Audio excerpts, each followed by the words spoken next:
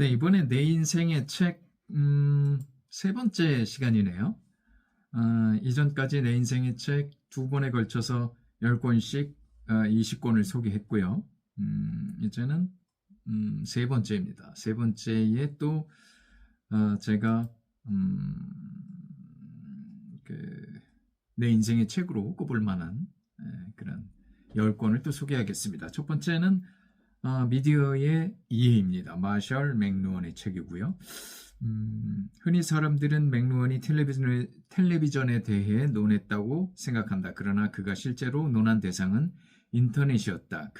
그것이 출현하기 20여 년 전에 그 미디어와 관련한 그 학문 혹은 언론과 관련한 학문 뭐 이런 것들에 대해서는 그 학문에 대해서는 이 미디어의 이해, 마셜 맥루언이란 이 책이 정말 대단한 영향력을 가진다고 생각합니다. 50여 년 전에 발간한 책에서 미디어의 미래를 예측하는 건데요.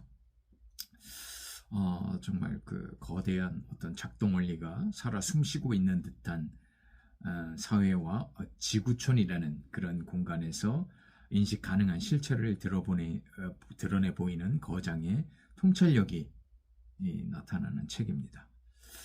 그 다음에 두 번째는 서양미술사입니다. 네, E.H. 곰브리치의 책입니다. 저는 이 책을 보고 한 줄 한 줄이 정말 읽는 게 정말 아까웠을 정도로 그렇게 읽은 책입니다. 겨우 그 서양 미술사에 대한 어떤 개론서에 불과한 책입니다만 그래도 저는 400장이 넘는 그림을 감상하면서 그림, 조각, 건물 이런 미술에 관한 서양 미술에 관한 그런 그 역사를 꿰뚫어보는 그런 책에서 미술 문외가 아닌 제가 미술에 대한 관심을 갖게 된 아주 결정적인 책이라고 볼 수 있습니다.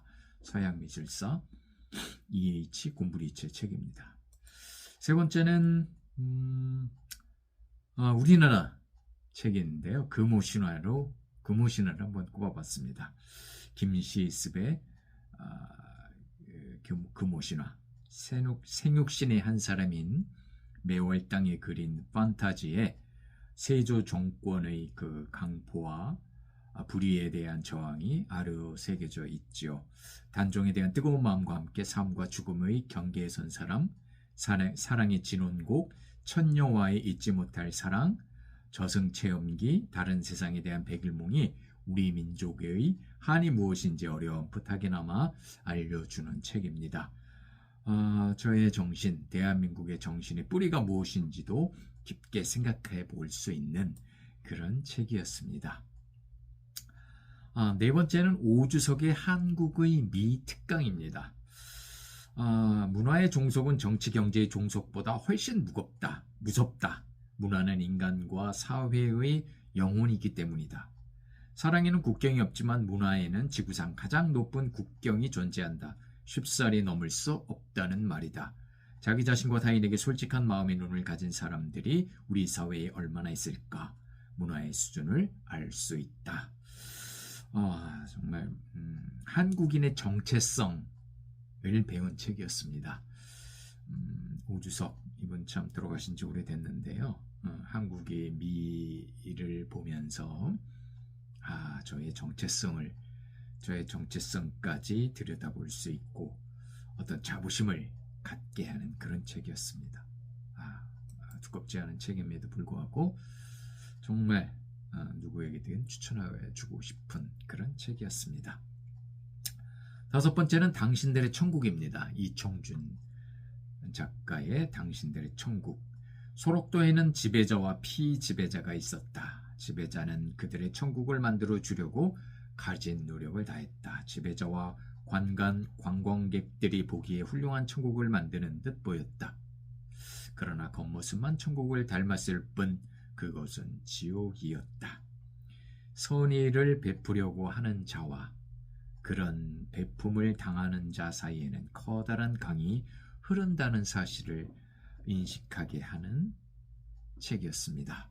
당신들의 천국. 만약에 이청준 씨가 지금도 살아서 글을 쓰고 계시다면 저는 이분도 한국의 대표적인 노벨 문학상을 받을 만한 후보자라고 생각할 정도의 그런 인물입니다. 당신들의 천국, 저의 마음속에 정말 어떤 그 선의라는 것, 정의라는 것, 도덕이라는 것, 이런 것을 깨닫게 해주는 한편의 멋진 작품이었습니다. 그 다음 6번째는 종의 기원입니다. 참 어렵기 힘들고 두껍고 그런 책이었습니다. 가급적 제가 읽은 책은 그 이중 번역으로 된 중역을 한 책임에도 불구하고 좀 두꺼웠습니다. 찰스 다윈의 종의 기원, 1859년에 출간된 책이고요. 만물의 영장인 인간에게 최대의 치욕을 안겨준 사건을 기억하게 한 책이죠. 인류가 탐구한 지적 세계의 최고 걸작품을 감상하면서 인류 지성에 대한 찬사와 경이로움을 동시에 느끼도록 만든 책이었고요. 학문을 하는 자세, 연구를 하는 자세, 그런 자세를 알려준 책이기도 합니다. 누구나가 알고 있지만 읽은 사람은 거의 없는 종의 기원. 이 책을 읽고서 학문이란 이렇게 하는 것이구나 라는 걸 깨달았습니다. 7번째는 우리나라 책 임꺽정입니다. 무려 10권으로 이어진 책이고요. 홍명희 씨의 임꺽정입니다. 봉건제도에 대한 고리백정 출신의 도적 임꺽정을 통해 조선시대 민중들의 삶을 생생하게 경험할 수 있었고, 우리 조상들의 삶이 아직도 내 삶에 남아있구나, 그런 생각을 하게 한 책입니다. 역사라는 게 멀기만 한 남의 이야기가 아닌 나 자신의 근본을 나타내는 것이라는 걸 알고, 또 그들의 삶에 푹 빠지면서 정신적인 희열감을 맛보게 한 책이었고요. 우리 말에 어떤 고상함까지 느끼게 하는 그런 정말 최고의 책이었습니다. 임꺽정. 1편부터 10편까지 읽는 내내 한 편의 그 대하 드라마가 내 인생, 내 정신적 사고에 끼친 그런 영향은 매우 컸다고 생각합니다. 홍명희 씨의 임꺽정이었고요. 그 다음 8번째는 세익스피어의 4대 비극이었습니다. 세익스피어, 정말 이 4대 비극, 이 책은 정말 계속해서 한 5년, 10년 간격으로 이렇게 읽고 싶어지는 책 같아요. 젊은 햄릿으로 출발해서 중장년의 오셀로와 맥베스를 거쳐 말년의 리어 왕까지 한 인생을 그리는 작품이라고 보고요. 비극은 왜 읽을까요? 그렇게 살지 않기 위해서 읽습니다. 그 처참한 비극을 깨달음으로 해서 인생을 어떻게 살아야겠구나 하는 그런 그 이정표를 보여주는 게 바로 비극이라고 생각합니다. 희극보다 비극을 읽는 이유가, 또는 우리 가슴에 더 남는 이유가, 더 강렬하게 남는 이유가 바로 큰 교훈을 주기 때문에 그렇습니다.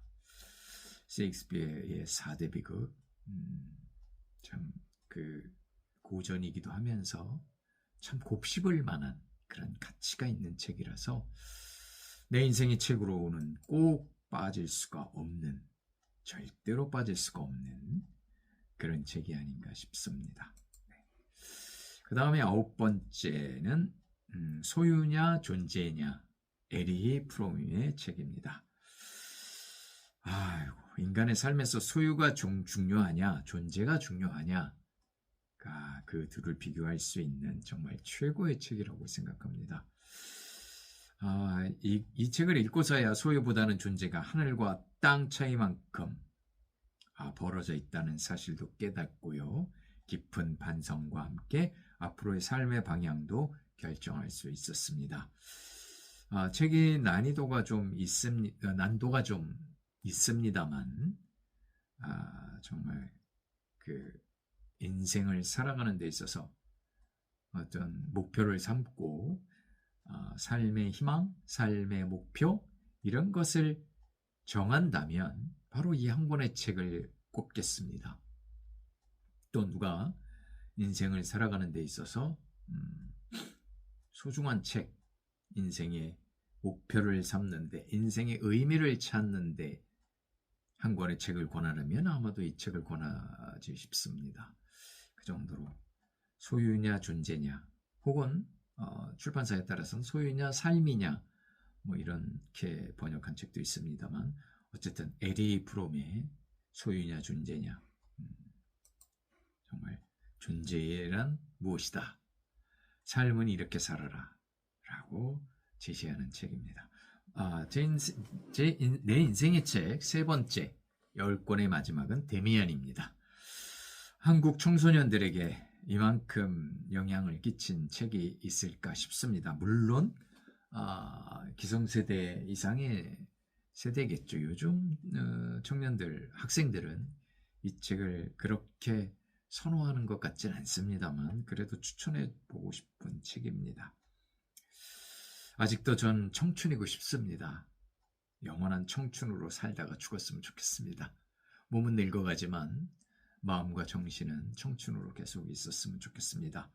모든 욕망이 사라지는 노년의 아름다움과 고귀함이야 왜 모르겠습니까마는, 그래도 저는 청춘의 설렘을 안고 살았으면 합니다. 죽음에 이르기까지 내가 안고 내가 깨고 나가야 할 일은 존재할 것입니다. 그대를 잊지 않고 살아가겠습니다. 바로 청춘이죠. 요즘 나이 드신 분들을 보면 절대로 나이를 먹어서도 지혜로운 생활을, 지혜로운 삶을 살기는 어렵다고 생각합니다.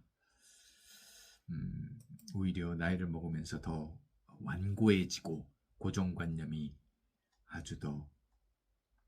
고정관념에서 빠져나오질 못하고 오히려 딱딱해지는 그런 사람들을 더 많이 보았습니다. 어차피 죽으면 딱딱해질 텐데 왜 이렇게 몸과 정신이 이렇게 딱딱해져 가는지 모르겠습니다. 나이를 먹으면 오히려 삶을 관조할 수 있고 더 유연해져야지 되는데, 더 열린 사고가 되어야 되는데 그렇지 못한 것 같습니다. 그래서 어쨌든 이렇게 10권, 내 인생의 책 10권을 한번 보았고요. 이 내 인생의 책은 계속해서 이어질 예정입니다.